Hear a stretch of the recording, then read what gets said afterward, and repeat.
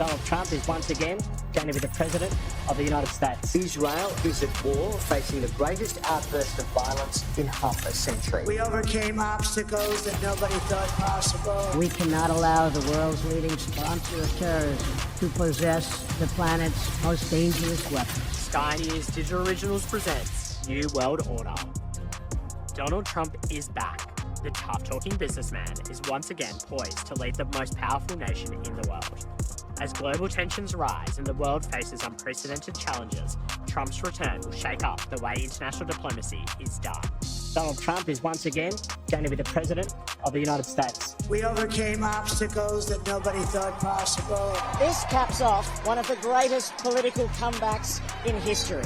Donald Trump's got an opportunity to use the tremendous leverage of American power. America still is the strongest military power in the world. It's got the strongest economy in the world. It's growing. It's got economic talent, strength, depth, investment potential to really make a difference in the world. If he chooses to, he can wield that power, yes, in the interests of America first, but America, like any other nation, always looks after its own interests first, no different from Harry Truman or Ronald Reagan. He can pursue an America first policy, which with like-minded, also self-interested countries, makes a real difference to pushing back on autocracies and those who are tyrannically using their power to upset the sort of arrangements that were put in place after the Second World War that have given us so much peace and prosperity. People miss that point of analysis when they think about Trump, and we've already had a first Trump term, so we know the contours of his thinking. Yes, he's America first, but he wants to share the burden more equally and equitably.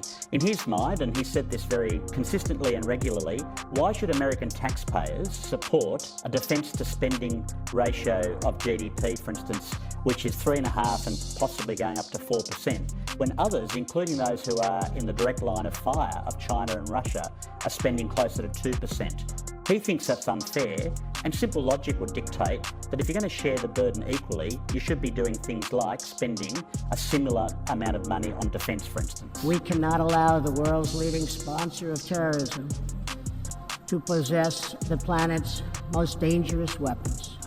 The Middle East was the area of the greatest success in Trump's first term.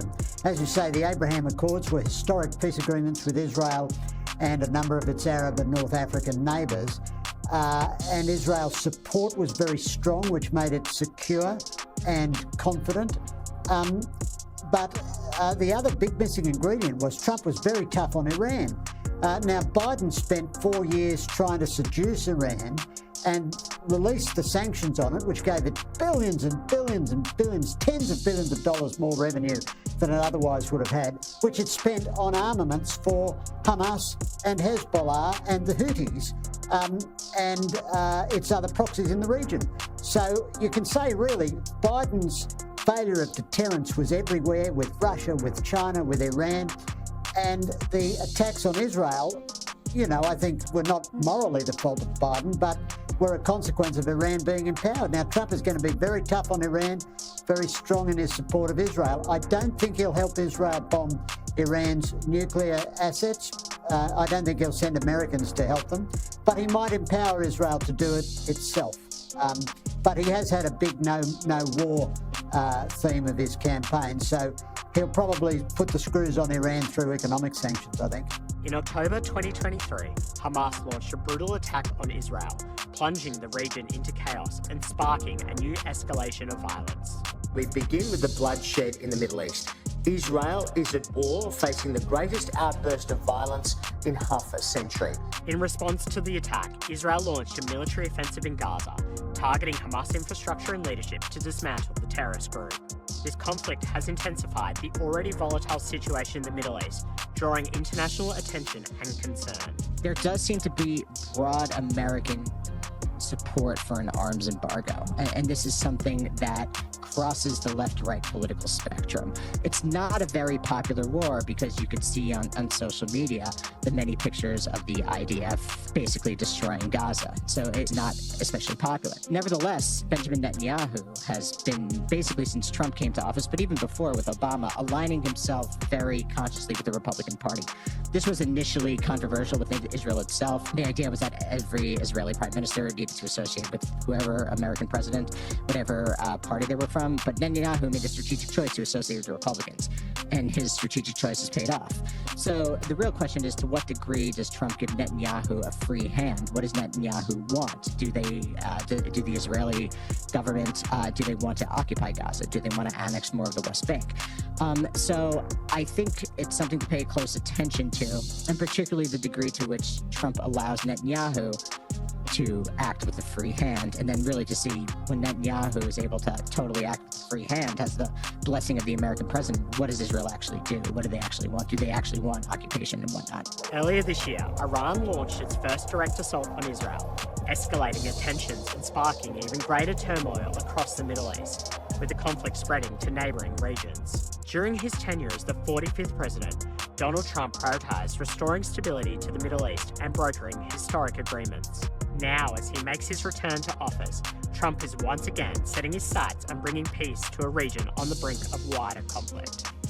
The Iranian piece of the puzzle is a little bit more complicated, of course. That's not going to happen overnight there. But all indications that I've seen thus far are that Donald Trump is going to put back into place all of the maximum pressure campaign tactics that he had against the Iranian regime the first time, including the sanctions on oil exports. Really, it's the lapse of those sanctions that the Biden-Harris administration has put into place that have funded the regime, that have led them to sow the seeds of jihadist chaos throughout the region these past 4 years. I think we're going to see a very similar Iran policy that Donald Trump had the first time around, and that was a very good policy, so I hope it to be the case as well. Iran's military power has to be damaged and they mustn't get nuclear weapons. But I think really Netanyahu wants this war to end on his terms, and he thinks that Trump might agree with those terms. So the big thing for the two of them is re-energizing the broader Abraham Accords between Israel and Arab states, particularly Saudi Arabia. There's no question that Kamala Harris was seen as a pro-Iran candidate, and Trump, of course, is the opposite. The last time he was president, he opposed and managed to topple the so-called Iran nuclear deal, which was flawed in all sorts of ways. And he did this by applying maximum sanctions against Iran, taking out the leader of the Islamic Revolutionary Guard Corps. So the world has, there was a lot of acrimony between the Trump administration and the Iranian leadership, which reportedly has been targeting Trump as well as his advisors. Most recently, Trump has said to Israel that it gives Israel the green light to attack Iranian nuclear facilities, and that's different than the Kamala Harris campaign, which certainly wouldn't entertain that idea. I also want to point out, though, that this presidency is really emphasizing peace through strength. And the idea is that the United States is not going to be running around the world hyperactive in its use of military force. So, the MAGA movement really sees itself as quite different than the so-called neocons. And so even though Trump is, very much opposed to the Iranian regime and they have a history of acrimony, it doesn't mean that he's going to be cavalier in terms of opening up new wars. I think that he may already be onto something, because you'll recall that Israel, as retaliation for the October 1 ballistic missile attack, struck Iranian military targets on October 26th. And ever since then, we've been expecting Iran to reply militarily against Israel. And this was particularly the case after the election. And yet, Donald Trump has won, and we haven't heard that much. I mean, this could change at any minute, I don't know. But so far, it does seem plausible that Iran has been put on work. And that's the reason why it's acting with more restraint and hasn't attacked Israel, because although the presidential transition hasn't happened, Iran well knows that Trump is going to be the president in a couple months, and so it really needs to be careful. And I think that that's really the best solution, where Trump essentially, scares the Iranian regime. Military force is not necessarily needed, and it just sort of makes Iran much more cautious in terms of how it uses military force, as well as how it arms its terrorist proxies. The fears, of course, of the world have been realised today. Artillery fire and military action is underway in Ukraine, even near the capital Kiev, as Russia, unprovoked and without any justification, invades its neighbour. It is almost 1,000 days since Russia invaded Ukraine. 1,000 days of devastation, loss and upheaval for the people of Ukraine. But with Donald Trump returning to the White House, a dramatic shift in this prolonged conflict could be on the horizon. Reports indicate that Donald Trump has already issued a stark warning to Russian President Vladimir Putin, urging him not to escalate the war any further. Well, it's very interesting, isn't it, that Donald Trump's had multiple conversations with Putin, but only one short conversation with Ukraine's leader, Zelensky. The Europeans cannot fill the American gap on supporting Ukraine with military supplies. That's why Biden is rushing things that he should have given to Ukraine much earlier into Ukraine now before his term ends. But it looks to me like Trump wants two deals. He wants the Israel deal, which re-energizes the Abraham Accords and brings Saudi Arabia into a close relationship with Israel. That's what he wants in the Middle East. In Ukraine, he wants the war to end, but on terms that look like they will favour Putin more than Zelensky.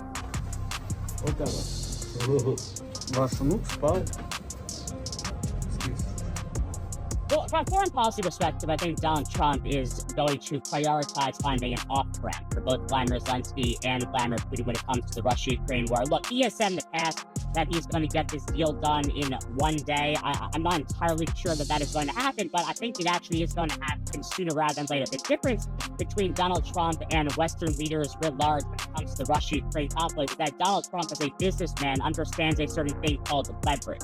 And he understands that when you incentivize Vladimir Zelensky and you communicate to him that the entire West is going to arm Ukraine to the brink unless until they recover every single square inch of territory, that's not exactly sending the right incentives to wind down this conflict. But Donald Trump is a pragmatist, he's a realist.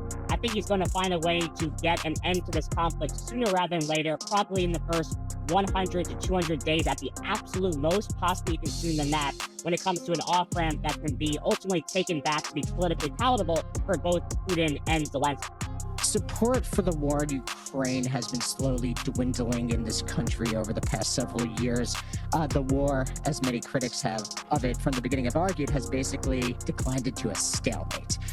So when there's less movement and the fact that the United States is experiencing severe economic problems, there's less willingness to spend a lot of money on arms abroad. This is one of the messages that Trump has been trumpeting since 2015, and it's a very popular message within this country. So I imagine vis-a-vis Ukraine, there's going to be a drawdown, the speed of which is difficult to know. It depends who he appoints as Secretary of Defense, Secretary of State, and what's actually going on in the world. Well, it is very hard to predict Trump. Now, I thought Trump was a better alternative to Harris. I wrote that, although I've had grave historic misgivings about Trump. But America will be stronger under Trump than it would have been under Harris, by miles, I think, by miles. Some of the things he said about Ukraine are a real worry. However, when he's in office, he's typically very pragmatic. The shape of the deal that he wants for Ukraine is the deal that, frankly, behind closed doors, every single foreign policy professional of the world is talking about. Russia gets to keep the territory it's conquered. That's terrible, but you just cannot imagine Ukraine driving Russia out of Crimea. And in exchange, Ukraine gets security guarantees. Now, Trump would be against Ukraine joining NATO, but I think the only kind of security guarantee that really means that the Russians won't just start invading Ukraine again in 5 or 7 years' time is Ukrainian membership of NATO. It may be that Trump offers this deal to Russia and Ukraine, and Russia doesn't take the deal. And if Russia doesn't take the deal, Trump typically gets very angry with people when he offers them a good deal and they don't take it. So this is a really unpredictable moment, but I don't think we should assume that Trump is simply going to stop all aid to Ukraine, or that a really bad deal. He sees himself as the master of the deal, so he'll want a deal that preserves Ukrainian independence at the very least. Look, I think it's too early to tell, and when you get to how he's going to implement his policies specifically, I think that's going to be a function both of his own decision-making, plus, of course, those that he selects into the key positions of Secretary of State, Secretary of Defence, the National Security Advisor. So it's hard to be definitive. He was asked during the campaign about what his plans were, and he was very clear that he wanted the violence to end, the killing to stop. He's talked about the killing stopping, the conflict rather, being stopped within 24 hours. I think we need to pause and think about what that might mean. That might involve a ceasefire or some form of armistice, whilst a longer-term solution that's just and fair and equitable is realised. I think it would be tragic if any peace that's achieved is not enduring and certainly doesn't recognise the sacrifices that the Ukrainian people have made. So ending the conflict might well be something that can be achieved in a day or two. Ceasefires and an armistice where is possible, and then you can work on peace arrangements thereafter. I think it's too early to tell, but I think people need to take a layered and nuanced view of how he might go about that. An unfair one, but I don't blame China. It is safe to say that a victory for Donald Trump would not be the outcome China was hoping for. Under the Biden administration, China has been emboldened, taking advantage of a more lenient approach on the global stage. But Trump has already signalled that upon taking office, he plans to impose tough tariffs on China, sparking a shift in US policy. Well, I think China's going to be rattled. So they're saying that America is back and bold and unpredictable, and that's exactly what you want when you're dealing with a tyrant in communist China. And it's a totalitarian system, and it's used to bullying countries like us. We get bullied all the time. We have a weak Prime Minister, Albanese, who's been giving in and appeasing communist China for the last over 3 years and getting nothing in return except further bullying. And that's what happens when you deal with bullies. And now they're facing a determined United States who has China fair in their sights. He will pull out of Ukraine. He will fix the mess in the Middle East. And he has said to the people that we know, he has said that their foreign policy will be fair and square, placed on China. The relationship is very special, the relationship that I have with President Xi. And I think that is going to be a very primary reason why we'll probably ending up getting something that will be good for China and good for the United States. Xi Jinping would be very unhappy about Trump getting back into office. Trump is much stronger than the Democrats would be. We'll have a much bigger defence budget. I think Trump is a disaster for Albanese. He's going to undermine his energy policy and all the rest of it. How can you argue that Australians should bankrupt themselves to go green when the two biggest economies in the world, China and America, will be full steam ahead on fossil fuel? Trump is sometimes very cynical about Taiwan, but his underlying message that allies have to do more for themselves is very strong. Now, Australia at the moment doesn't even spend 2% of its GDP on defence. Trump will notice that, and he'll notice the weakness of the Albanese government. So I think both Xi Jinping and Anthony Albanese have quite a lot to worry about. Taiwan currently spends something like 2.5% of GDP on defence. President Trump might well look at that and say, well, if you're serious about defending your own country, you need to lift it to at least what I'm spending here in the United States. So that's just a basic, if you like, almost business calculation. But the deeper point is this. Trump has campaigned on, and indeed he governed in his first term, on the idea of making America great again. America will not be great if China dominates Eurasia. That is, all the land and the littoral areas from Asia right across to Europe, where the bulk of the world's population lives, the bulk of the world's resources are, and the largest markets are. I don't think Donald Trump has run for this election in order to make America second greatest. He is wanting to make America, or retain American supremacy, and for China to dominate in Eurasia would be directly contrary to that interest. This is the New World Order, and people will have to adapt once again, whether they like it or not. With his blunt rhetoric, tough negotiations, and America First agenda, Donald Trump delivers results that cut through the noise. Unafraid to take a bold stance, he's reshaping global diplomacy once again and challenging the status quo.